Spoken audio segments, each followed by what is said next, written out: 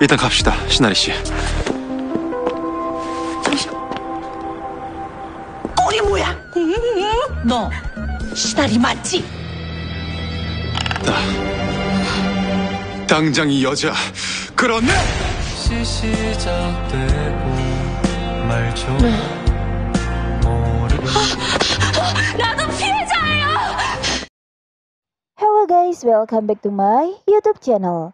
Di konten kali ini, Lensa Film akan ngebahas alur cerita bisnis proposal episode 5. Oke, langsung saja. 여보세요. Sebelumnya, di akhir episode 4 kemarin, Kang Taimo akhirnya mengetahui bahwa sebenarnya Shin Geum-hee adalah Shin Hari, yang memastikannya secara langsung dengan menelpon nomor Shin Geum-hee. 등잔 밑이 어둡다더니 내가 Melihat kebenaran tersebut dengan mata kepalanya sendiri, akhirnya Kang Taimo merasa sangat bodoh nih guys. Dia benar-benar sangat marah mengetahui fakta bahwa sebenarnya pacar kontraknya adalah karyawannya sendiri. Kang Taimo juga menyesali kenapa selama ini dia tidak menyadarinya. Karenanya dia sangat frustasi dan ingin membalas dendam kepada Shin Geum-hee atau Shin Hari. 잘못됐어. 잘못됐다고! Keesokan harinya, Kang Taimo menghubungi Shin Geum-hee dan mengajaknya untuk bertemu. Di sini Kang Taimo mencoba memberi pertanyaan-pertanyaan yang menjebak agar Shin Hari menyadari bahwa Kang Taimo sudah mengetahui identitas aslinya. Namun di sini Shin Hari masih tidak peka ya guys dan terus berbohong. 방향제, 넥타이 핀 등등요. Akhirnya, dia menghubungi sekretarisnya dan memintanya untuk membuat jadwal pertemuan dengan tim bahan pangan yang merupakan tim divisi dari Shin Hari ya guys. Mendengar hal tersebut, Shin Hari sangat panik ya guys dan berusaha untuk pergi dari Kang Taimo. Setelah itu Shin Hari pun langsung bergegas menuju ke pertemuan yang diadakan oleh Kang Taimo tadi. Sesampainya di kantor, ternyata Kang Taimo dan sekretarisnya sudah berada di sana. Begitu juga dengan rekan-rekan kerja Shin Hari lainnya. Awalnya Shin Hari sedikit ragu saat akan memasuki ruangan tersebut. Namun tiba-tiba temannya yang lain datang dan mendorongnya masuk. Mau tidak mau akhirnya Shin Hari masuk ke dalam ruangan tersebut. 늦었네요, 시나리 씨. Nah di situ Kang Taimo memberi perintah kepada Shin Hari untuk membuat ulang raviolinya. Padahal nih guys, ravioli buatan Shin Hari menduduki peringkat tertinggi. Namun apalah daya seorang karyawan, jadi Shin Hari terpaksa harus membuatnya kembali. Di ravioli pertama, Kang Taimo masih merasa kurang. Begitu juga dengan ravioli kedua, dan seterusnya. Sampai-sampai Shin Hari harus mengulang beberapa kali. Hal ini membuat Shin Hari sangat kesal kepada Kang Taimo karena ravioli buatannya tidak kunjung pas dengan selera yang diinginkan oleh Kang Taimo. Sampai-sampai pekerja kantor lainnya menganggap Kang Taimo menyiksa Shin Hari. Melihat Shin Hari begitu kesulitan, Kang Taimo sangat puas nih guys. Dan dia berkata kepada sekretarisnya bahwa Kang Taimo akan membuat Shin Hari menyadarinya sendiri tentang kebohongan yang ia perbuat. Kemudian saat jam istirahat, kebetulan kakek Kang Taimo datang berkunjung. Saat melihat Shin Hari, kakek Kang Taimo berkata kepada Kang Taimo dan menunjuk Shin Hari bahwa gadis tersebutlah yang telah membuat kakek Kang Taimo terjatuh sehingga harus dibawa ke klinik. Namun dia sangat menyukai ravioli buatan Shin Hari. Nah kebetulan saat itu Shin Hari datang bersama Lee Min Woo. Awalnya Shin Hari tidak menyadari keberadaan Kang Taimo ya guys. Namun saat menyadarinya, Shin Hari langsung terkejut dan mengajak Lee Min Woo untuk makan di luar. 왜 그래? 괜찮아? 네, Saat Shin Hari mengajak Lee Min Woo keluar, di sini Kang Taimo melihatnya seakan-akan Shin Hari merangkulnya ya guys. Dan hal ini tentunya sangat membuat Kang Taimo cemburu hingga semakin membuatnya marah. Karenanya sepulang kerja, Kang Taimo mengajak Shin Hari untuk bertemu lagi.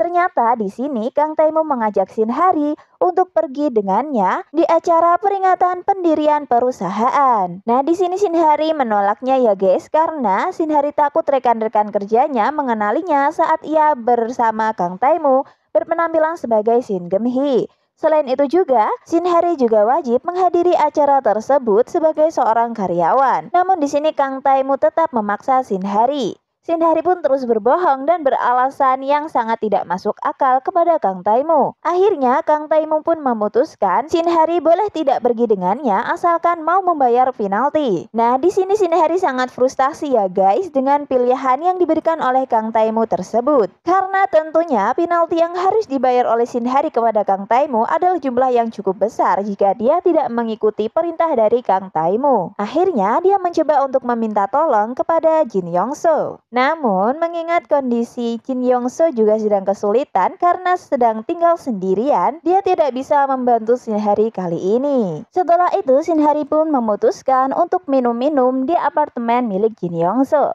Dan kebetulan sekali Kang Taimu berada di apartemen sekretaris Cha karena sedang stres. Namun di sini keberadaan Sinhari tidak diketahui oleh Kang Taimu ya guys. Keesokan harinya saat di kantor, tiba-tiba teman-teman Sinhari memberi kejutan karena Sinhari akan mendapatkan penghargaan besar di acara pesta peringatan pendirian perusahaan. Hal ini semakin membuat Sinhari frustasi karena pada rencananya Sinhari tidak ingin menghadiri pesta pendirian perusahaan tersebut sebagai seorang karyawan. Namun setelah mendapatkan penghargaan tersebut, Sinhari tidak bisa menolaknya dan harus menghadirinya. Namun mengingat Sinhari tidak bisa membayar denda penalti kepada Kang Taimu, akhirnya dia tetap berusaha keras untuk tidak menghadiri pesta tersebut sebagai seorang karyawan. Beberapa saat kemudian tiba-tiba di rumah Sinhari, ternyata keluarga dari Sinhari mendapatkan undangan untuk datang ke pesta pendirian perusahaan tersebut. Karenanya Sinhari semakin kebingungan nih guys, tapi mau tidak mau keesokan harinya Sinhari tetap menghadiri pesta tersebut sebagai Shin Geum-hee juga. Namun saat dia sedang izin ke kamar mandi dan akan berganti pakaiannya sebagai Sinhari, tiba-tiba ia berpapasan dengan ibunya. Di sini ibu Sinhari langsung mengenali Sinhari ya guys. Dan saat itu juga identitas asli Shin Geum-hee langsung diketahui oleh Kang Taimu dan juga kakek Kang Taimu serta rekan-rekan Sinhari lainnya. Di situ terlihat Kang Taimu sangat marah besar kepada Sinhari dan akan melakukan sesuatu terhadap Sinhari.